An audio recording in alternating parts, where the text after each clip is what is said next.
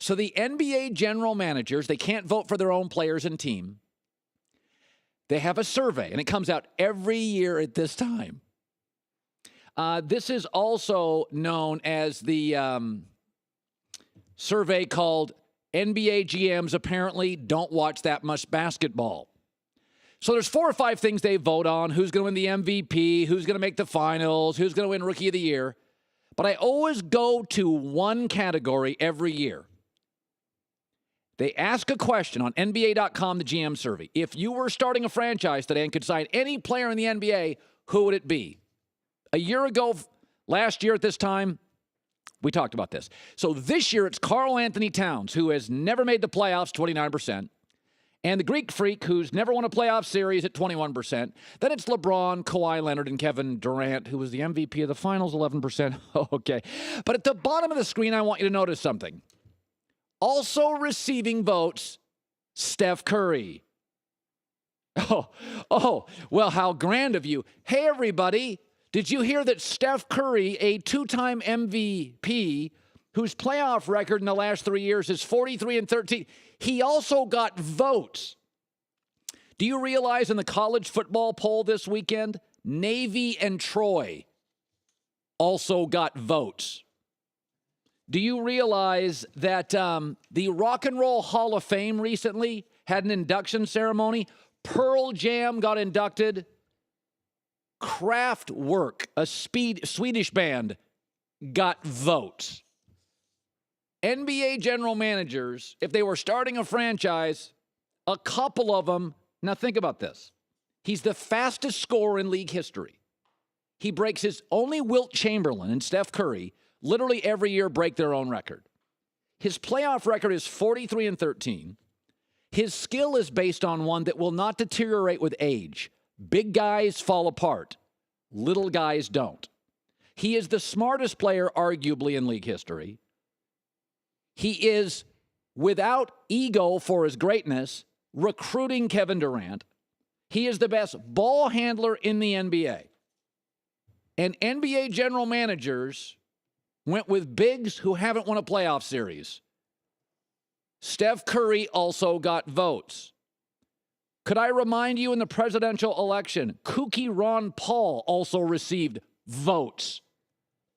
Yeah, I'm not going to give the best shooter shooting a shot that's transformed the game, the best ball handler, the most unselfish, authentic star in the game, who is incredibly coachable and has the self-esteem that he'll go recruit potentially a better player, will give up shots, had an off year last year and still shot 41.5% with threes.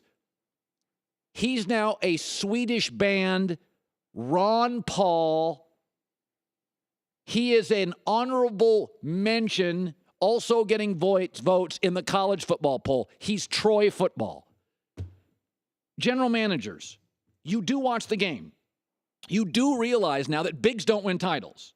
You do realize without the hand check, point guards now dominate the floor, dominate the game, become MVPs, like quarterbacks take all the snaps, control the tempo. Who are the people controlling this league? Kyrie Irving, James Harden, Russell Westbrook, Steph Curry. But outside of LeBron James, even a very talented wing Anthony Davis, a big Kawhi Leonard, they're not doing anything. Steph Curry got votes? Votes.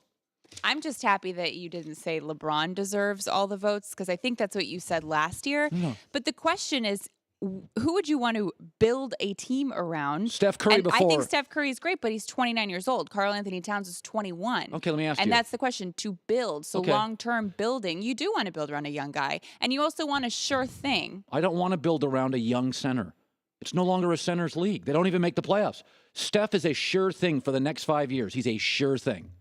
But that, I don't know that could be considered building. Like, if I said to you, we're going to build this network, you do get that Skip Bayless and I and most of us here, a lot of these guys, we're all over 50.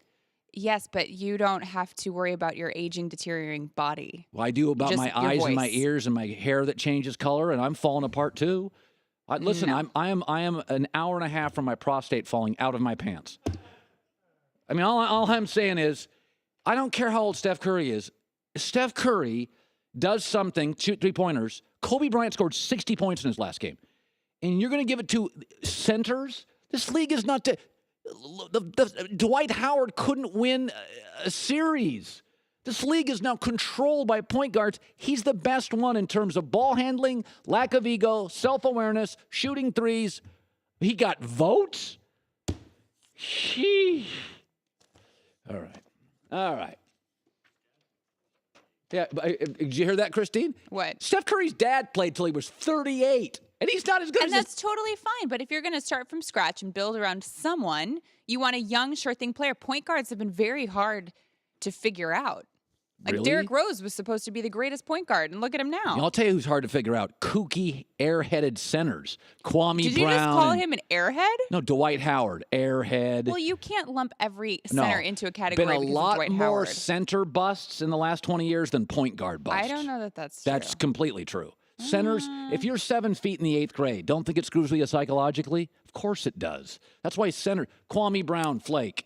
Andrew Bynum, flake. Shaq, kind of flaky. If you're the point guard where everything runs through you and you have a lot of pressure on you, don't you think that messes with you psychologically? No, I think you make a lot of money, shoe deals. Doesn't that mess with you psychologically? No, point guards run this league. They just do. Point guards and wings. NBA GMs. Thanks for watching. Subscribe here to get the latest from the show. Also, be sure to check out more of the best clips from The Herd or go watch a few segments from the newest show on FS1, First Things First, with Chris Carter and Nick Wright.